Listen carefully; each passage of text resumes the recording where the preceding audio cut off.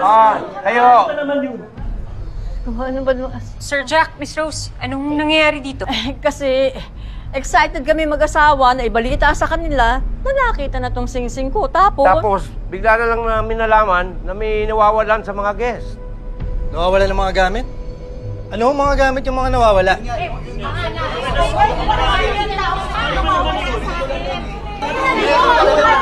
Okay, sige. Tahimik lang po.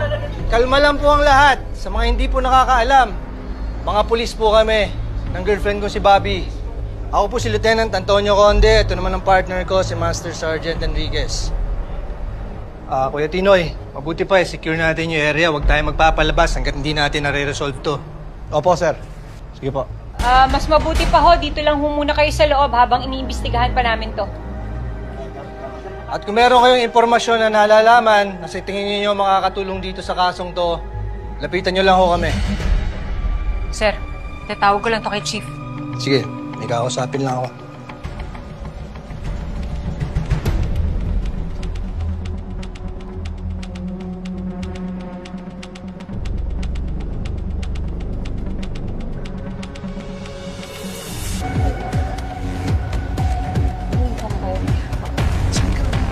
Excuse me, sir. Pwede ba kayo makausap ng asawa niyo sa labas sandali? Bakit po?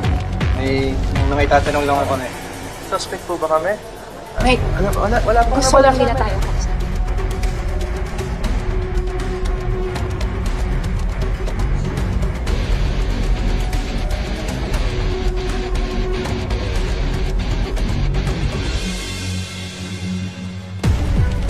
Huwag kang mag-alala, love.